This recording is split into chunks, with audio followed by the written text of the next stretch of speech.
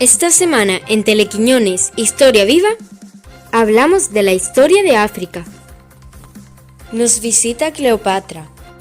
Celia nos explica el significado del nombre de América y Mediterráneo. Elvira nos habla del teorema de Pitágoras.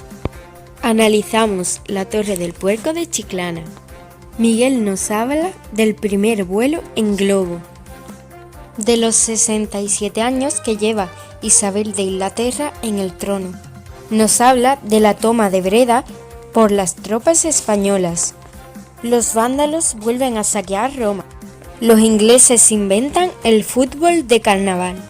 Esta semana en Noticias Internacionales hablaremos de la historia de África. Algunas de las cosas por las que destaca en la historia son la aparición de Egipto, una civilización muy importante. Poseían una gran riqueza y sus famosas pirámides fueron un misterio en su día por su forma. Estaban diseñadas para llegar lo más cerca posible del cielo y conectar con los dioses. ¿Os suena la leyenda de Tutankamón? Bueno, ya hablaremos de ella. En segundo lugar, la expansión del Islam. Esto impactó mucho a otras civilizaciones. Y también destaca porque es una de las pocas religiones monoteístas. Tercero, la utilización de africanos como esclavos.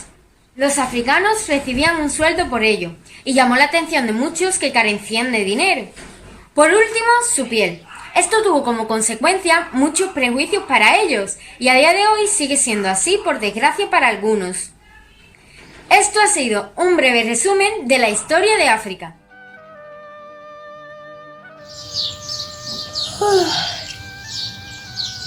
Esto de darle vacaciones a los esclavos.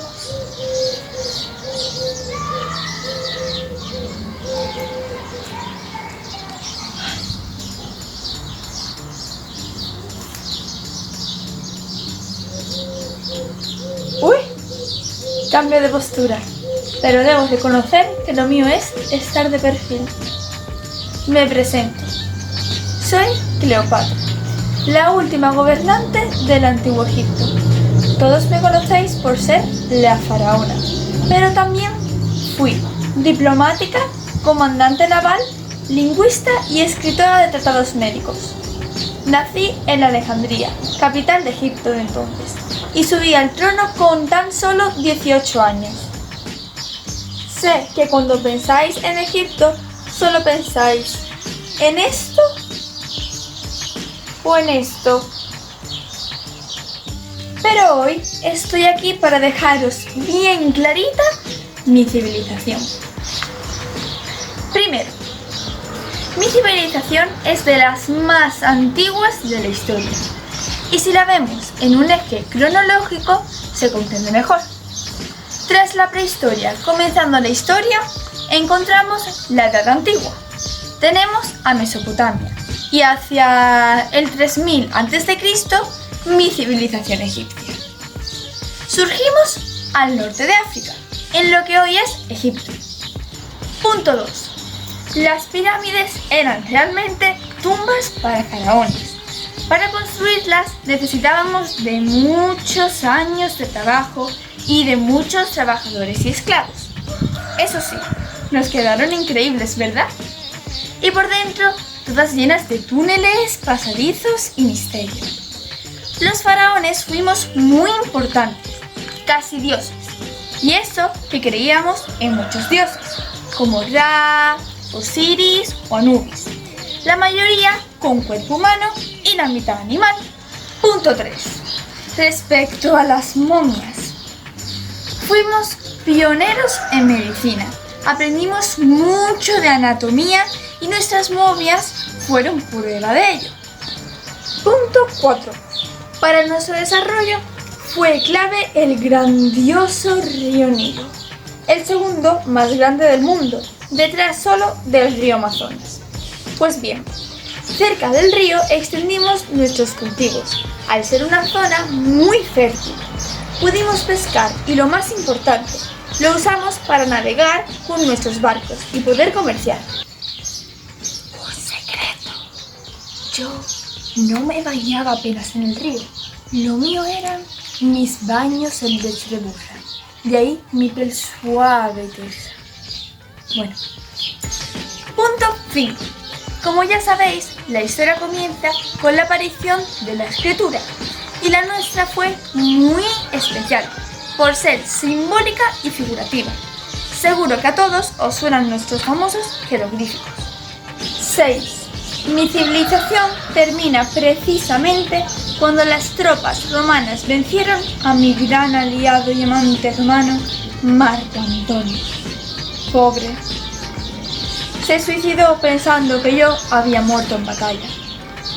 Como veis, mi vida amorosa fue un verdadero melodrama. Yo también me suicidé con solo 39 años, porque no soportaba la idea de que me llevasen como botín a Roma. Lo hice fiel a mi cultura, por un rito egipcio, dejándome morder por una serpiente cobra. Así que tras mi muerte, Egipto se convirtió en provincia de Roma, con lo que habíamos sido en un tiempo atrás. Bienvenidos un día más al apartado de gramática. Como siempre, ahora nos trasladamos al siglo XXI. Y hoy os explicaré el significado y origen de dos palabras. Mediterráneo, el nombre de nuestro querido mar, proviene del latín y significa en medio de tierras. Mediterraneum adquiere su nombre por estar ocupando a su vez Europa, Asia y África. América. El nombre de América surgió a principios del siglo XVI en honor a Américo Vespucio, explorador y cartógrafo italiano conocido por la identificación de América como un nuevo continente, cuando Cristóbal Colón creía que el Nuevo Mundo era parte del continente asiático, lo que era su principal objetivo desde el principio. Es por esto que mucha gente opina que Colón no descubrió América, sino que fue Américo Vespucio. Esta semana, en Telequiñones, regresamos a la Grecia clásica del siglo V para contaros todo un acontecimiento matemático. Como ya sabéis, los griegos crearon una cultura brillante que aún perdura en nuestros días. Son considerados los padres de la filosofía, la ciencia y la educación. Tuvieron grandes matemáticos, como Tales o Euclides. Pero hoy nuestro protagonista será Pitágoras, que os sonará a todos por su famoso teorema. ¿Y quién fue Pitágoras? Pues fue un famoso pensador griego considerado el primer matemático puro de la historia. Aunque Pitágoras no dejó sus obras filosóficas escritas, se sabe que creía en un ideal de purificación y reencarnación, una idea un tanto mística y religiosa.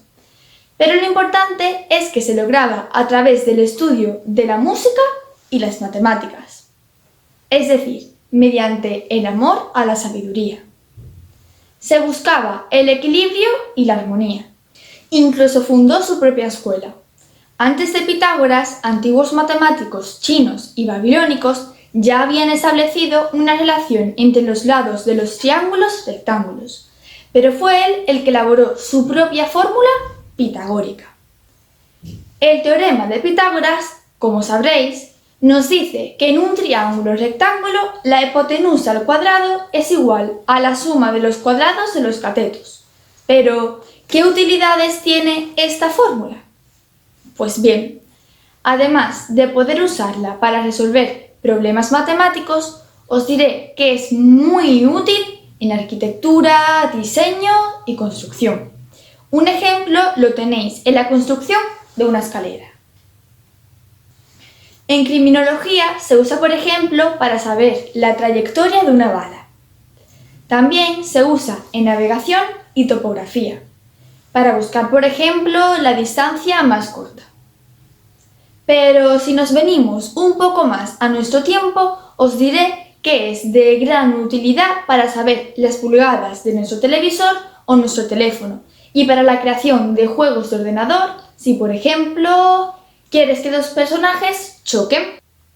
Pero si queréis aclarar un poco vuestras ideas respecto a este famoso teorema, ved este vídeo que os dejamos a continuación, donde os enseño con más claridad de dónde viene esta pitagórica fórmula. Voy a demostrar el teorema de Pitágoras, Para ello he construido un triángulo rectángulo con pajitas de 2 colores, dorado para los 2 catetos y negro para la hipotenusa. Como veis, aquí se forma un ángulo recto. Según la fórmula, tengo que demostrar que el cuadrado de la hipotenusa es igual a la suma de los cuadrados de los catetos. Para demostrarlo, tengo aquí los 2 cuadrados de los catetos, que los voy a recortar en cuadraditos más pequeños para tener las áreas divididas.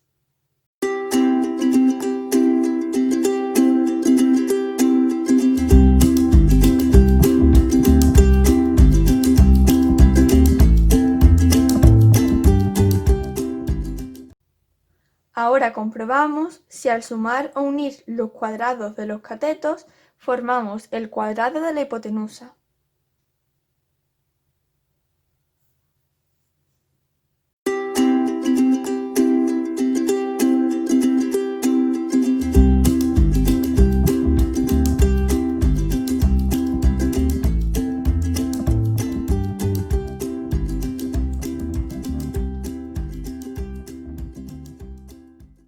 En cultura, vamos a hablar de la Torre del Puerco, aquí en Chiclana. La Torre del Puerco es una torre vigía del siglo XVI, ubicada en la costa de Chiclana de la Frontera. Forma parte del sistema de torres de vigilancia costera, presentes en gran parte de la costa española. La mandó a construir Felipe II en el siglo XVI para defender las costas españolas de los piratas. Su planta es redonda, tiene unos 2,5 metros de diámetro y 7 metros de altura, y está situada a 50 metros del mar.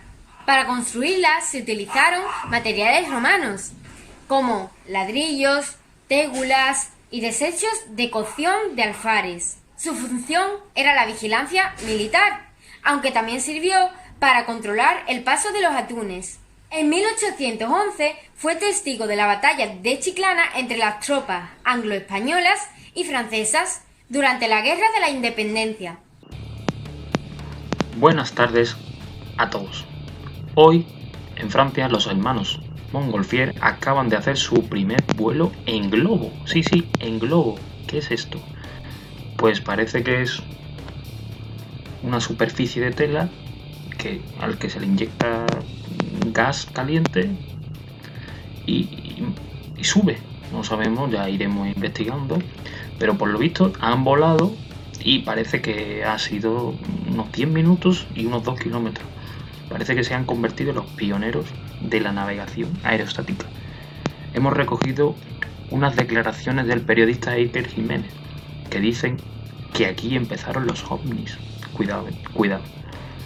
Tenemos otra noticia también. Aunque pensemos que es un holograma o una doble, la reina Isabel de Inglaterra acaba de cumplir 67 años en el poder. Lleva desde 1953. Es ahora mismo la soberana más longeva de la actualidad. Para que nos hagamos una idea, es el equivalente de Jordi Hurtado en la tele, ¿vale? Más o menos. También tenemos que comunicaros que se cumple también el aniversario de la toma de Breda por las tropas españolas del general Ambrosio Spínola. Sí, el cuadro de las lanzas que todo el mundo conocemos, donde se le entrega la llave de la ciudad, que es el símbolo del control de esta por los españoles en este caso. Por eso, cuando hablamos en el lenguaje ñoño del amor y decimos que alguien tiene la llave de nuestro corazón, debemos pensar en el momento de Ambrosio Spínola. Y ahí ya se nos quitará la ñoñería. ¿De acuerdo? Tenemos otra noticia. Los vándalos, el pueblo germánico por excelencia, saquean por tercera vez Roma, destruyendo toda la flota imperial y parte de la ciudad. Ahora ya sabéis por qué algunas veces cuando la liábamos de pequeño nos llamaban vándalos. No te sientas mal. Siéntete como un germano enfurecido y reclama tu venganza.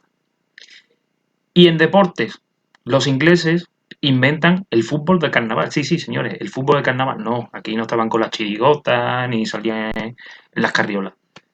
Aquí se dedicaban a jugar al fútbol. Nació durante el siglo XI al siglo XVIII y tenían que llevar una pelota muy pesada a unas 3 millas, es decir, sobre unos 3 kilómetros y medio, 4 aproximadamente, ¿de acuerdo? Y tenían que marcar entre unas porterías que eran unas grandes piedras de molino para el cereal, ¿de acuerdo? Los contrincantes normalmente eran de barrios y ciudades diferentes, de ahí que nacieran diferentes rivalidades, que es lo que hoy conocemos entre barrios y ciudades. Por ejemplo, el Cádiz o el Jerez, el Betis o el Sevilla, etc. ¿De acuerdo? Y esto es todo por esta semana. Nos vemos la siguiente semana.